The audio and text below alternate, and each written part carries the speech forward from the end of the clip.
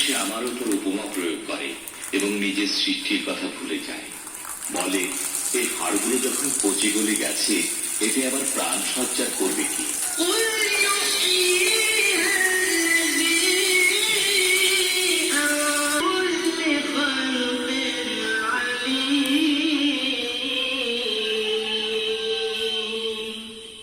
তাকে বলো, এদেরকে তিনি জীবিত করবেন, যিনি প্রথমে এদেরকে সৃষ্টি করেছিলেন এবং তিনি সৃষ্টির প্রত্যেকটি কাজ জানেন।